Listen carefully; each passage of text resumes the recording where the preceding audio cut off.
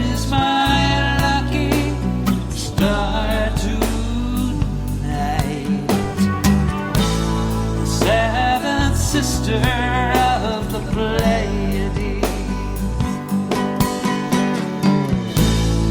walks in beauty like the night. Oh, that is best,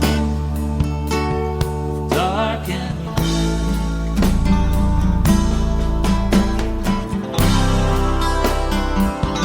now lost to me.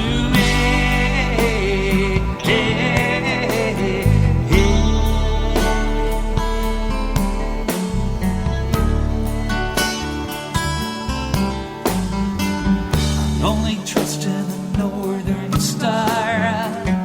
That's the only point that's fixed. I once believed in love. Even love cannot bridge this rift.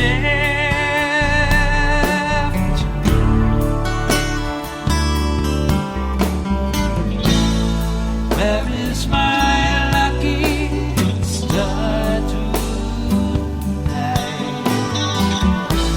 The seventh sister of the Pleiades, who walks in a beauty like the night. All that is best, dark and bright. If you would like to hear Night Dreams Talk Radio on your local radio station, let them know. Tell them to check out www.nightdreamstalkradio.com. And thank you.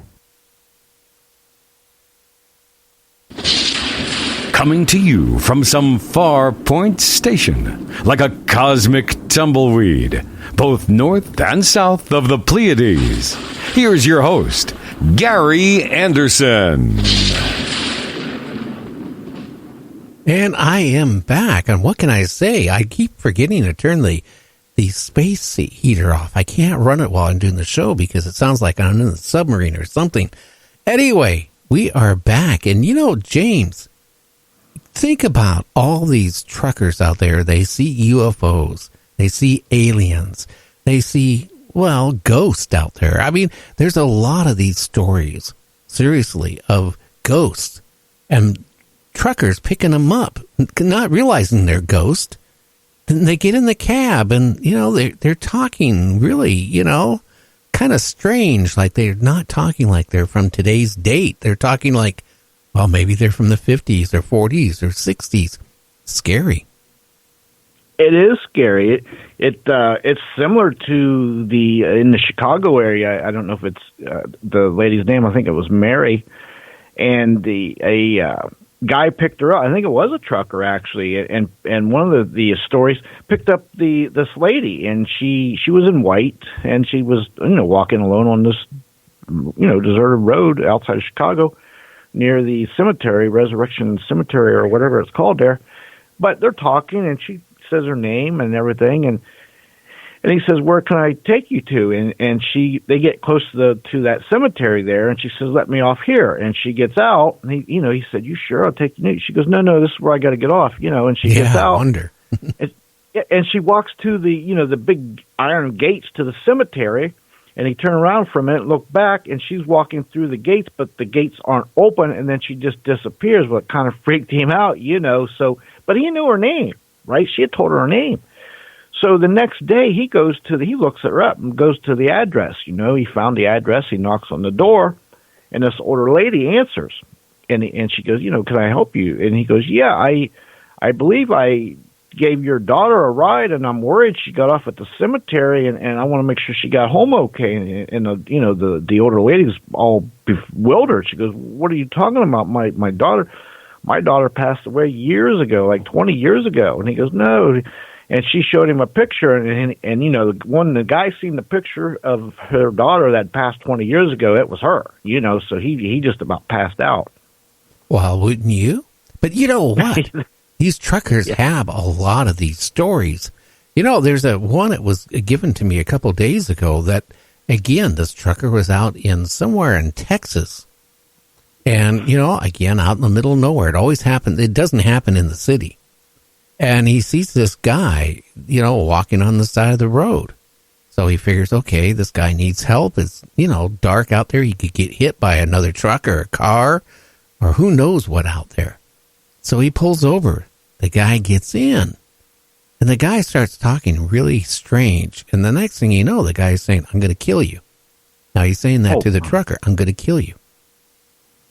And the trucker now is really getting scared because he has a baseball bat in the back in a sleeping berth, but he doesn't have anything, up front. And this guy goes, I'm going to shoot you. I know what you did with my wife. And the trucker goes, I don't know who you are. I don't know who your wife is. I got like 7 children and and I never, cheated on my wife. Oh, no, you've been with my wife.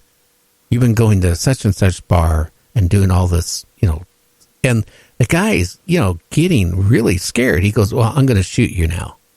So say your prayers. So the guy, is really sweating and he's, trying to keep an eye on the road.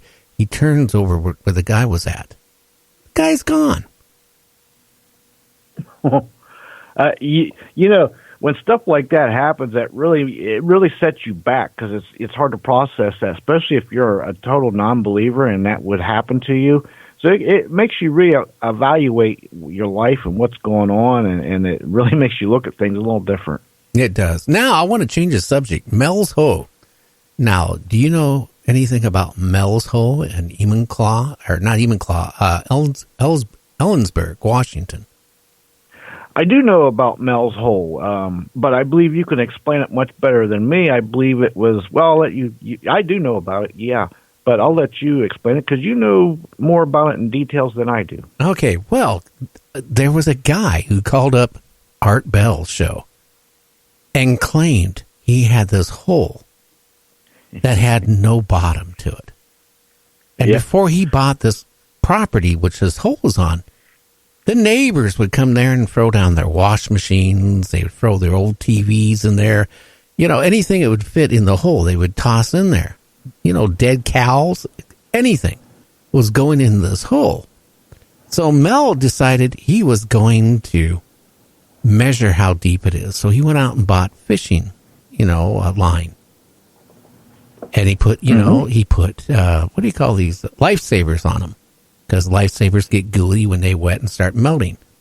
And, and he put some of those on there to weight it down. And he started feeding this line down. And it went deeper and deeper and deeper. It went into thousands of feet. It never hit the bottom. So it was bottomless. Bottomless, yes. Right. And that got people going to Ellensburg, near Ellensburg, to see it, try to find it. But nobody they could find the general area because the guy evidently knew the area. Now, I'm going to tell you a little thing about this in a minute. Okay? It'll all make sense. But I'm going to tell you now.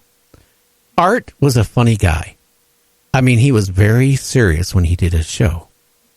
But he liked pushing the show a little bit more exciting at times. He wanted to see what he could get away with. So his friend, Mel, was a friend. It was a put-on.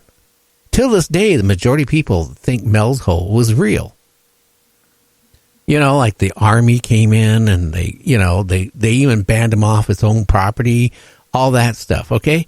And that he got all this money and he went to Australia and then somebody stole the money.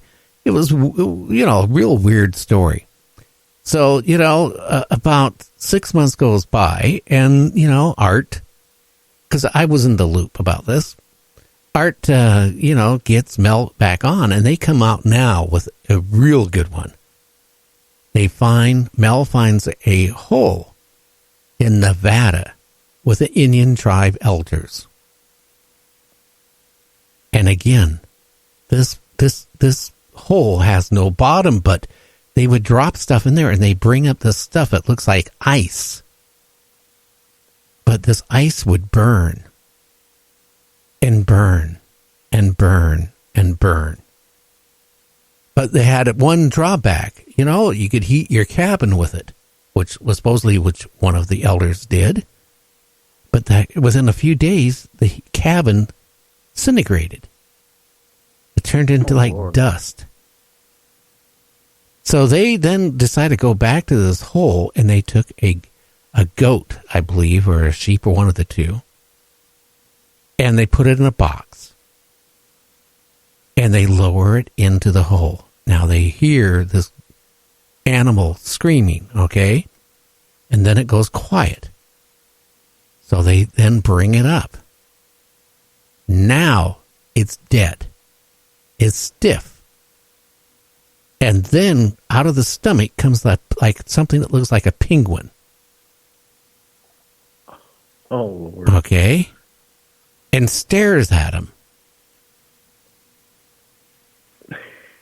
Stares at him.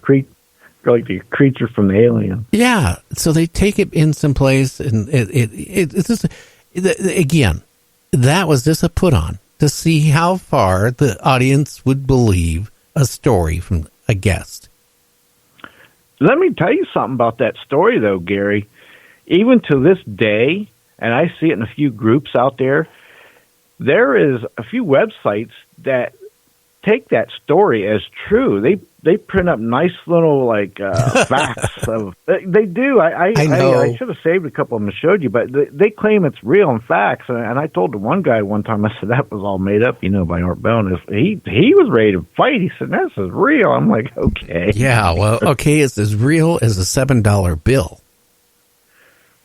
That's how real it is. I mean, that's not the only one.